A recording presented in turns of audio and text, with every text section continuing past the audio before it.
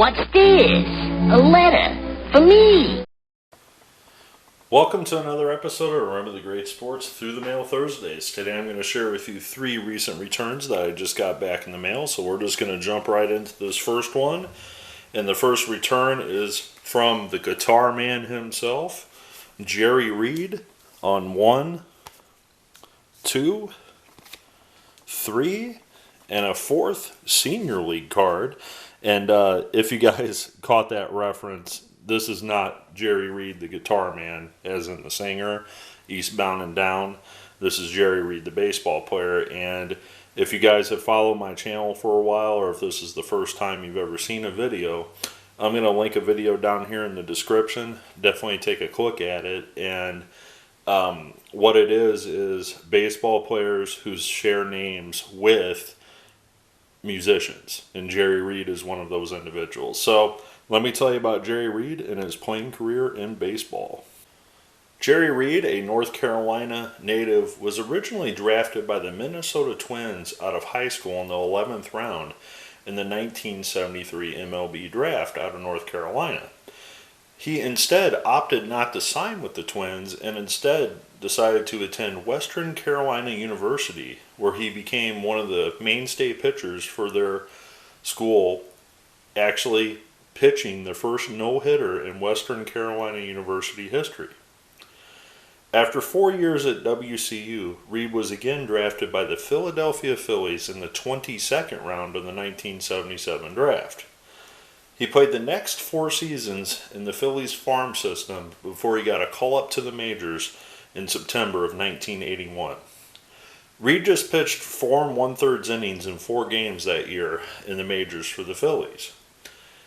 The following year, he would make the club with the Phillies in 1982, but just after 7 games, he got traded to the Cleveland Indians with a couple other prospects in exchange for John Denny, the starting pitcher. Reed would pitch in just a handful of games for the Indians that year, then would return to the minor leagues.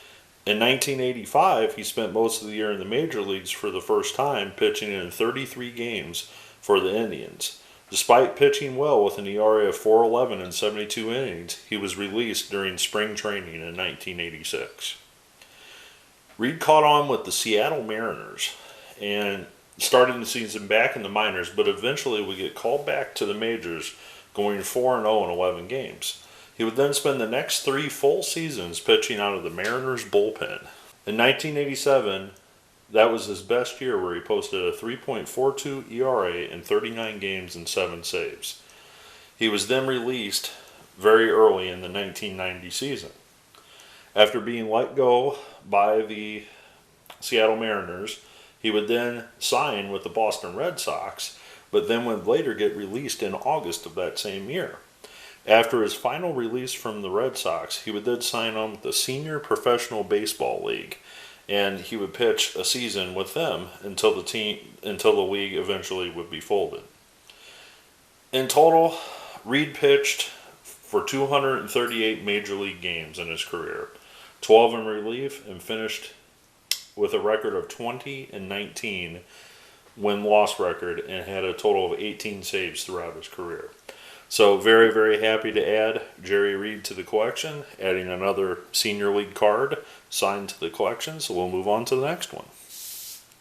So this next one is postmarked from Maine, and you don't get a lot of baseball players out of Maine, so this is one of the few, and that is former University of Maine standout Bert Roberge on 1, 2, 3, and a 4th 83 tops.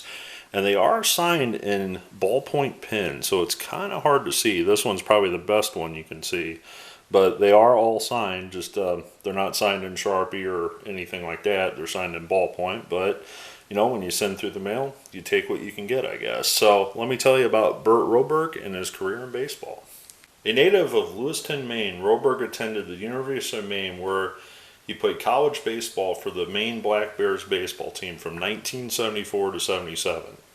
He set the school career ERA record at Maine at just 1.82 for his total career ERA. In 1975, while in college, he played in the Cape Cod League. He was then selected in 1976 in the 17th round by the Houston Astros. He worked his way up through the Astros minor league system, and in his 1979 season, the Astros called him up for 26 games where he responded by posting a 3-0 record with just a 1.69 ERA. He split the following 4 seasons between the Astros AAA Tucson and the Major League Club. Prior to the 1984 season, after becoming a free agent from the Astros, he signed with the Chicago White Sox. He appeared in 21 games for the White Sox that year after signing in 1984. After the 1984 season, the White Sox then traded him to the Montreal Expos, where he spent his final 2 big league seasons. In total, Roberge appeared in 146 games throughout his career, appearing in 219.1 innings pitched. He has a perfect fielding percentage as a pitcher at 1,000. After his time in baseball, Roberge would retire from baseball and he would go work in sales for Northeast Growers. So he would be a salesman for Northeast Growers after his career in baseball. So Mr. Roberge still does reside in Maine to this day, and that's where I sent these cards and where they're postmarked for. So very, very happy to add Mr. Bert Roberge to the collection, as I had never gotten him before. All right, so this final one is postmarked from Cleveland, and it is former Cleveland Indians great / Milwaukee Brewer great Rick Manning on 2, and 2 senior league cards. And the 2 senior league cards, you've seen these before on my channel. Definitely very happy to get that senior league card back, as well as this one as well. But let me tell you about Rick Manning and his career in baseball.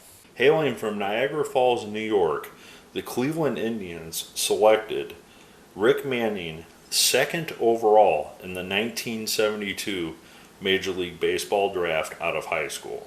The left-handed hitting center fielder immediately was assigned to the Indians' Low A affiliate at just 17 years old.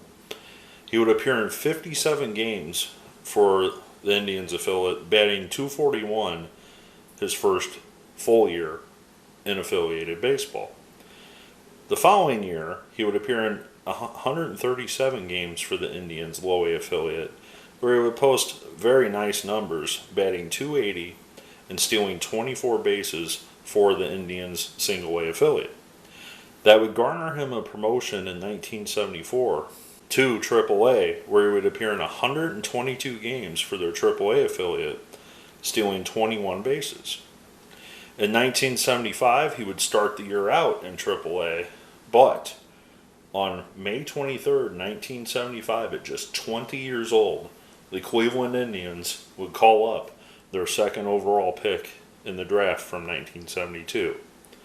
In his first season, Manning would bat .285 and steal 19 bases while playing a very respectable outfield in 120 games for the Indians that year. In 1976, the job was pretty much his, as he appeared in 138 games for the Indians the following year, batting a respectable .292 and stealing 16 bases. Well, in 1977, his season was cut short to just 68 games due to injury, and he was able to bounce back the following year as a full-time player and appear in 148 games that year for the Indians, batting .263. The following year, in 1979, he would have career-high 30 stolen bases for the Indians in 1979. He would remain a steady outfielder for the Indians through 1983, when they decided to trade him to the Milwaukee Brewers on June 6th of that year. This was how Gorman Thomas was traded to the Cleveland Indians, along with Jamie the Rat Easterly and Ernie Camacho. Well, with the Brewers, after the trade, he would finish out the year with Milwaukee, appearing in 108 games.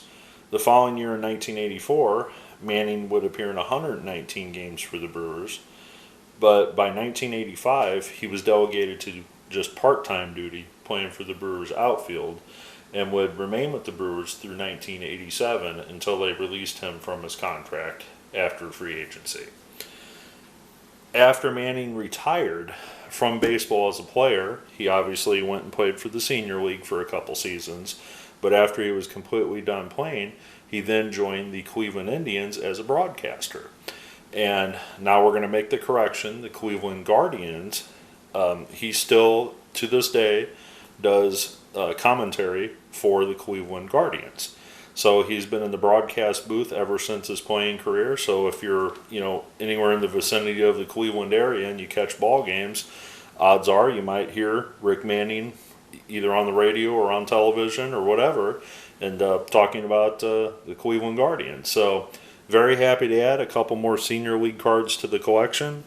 Very happy to add one of the greatest players out of the University of Maine to the collection, as I don't get a whole lot of those on the channel. Billy Swift comes to mind, of course, out of the University of Maine.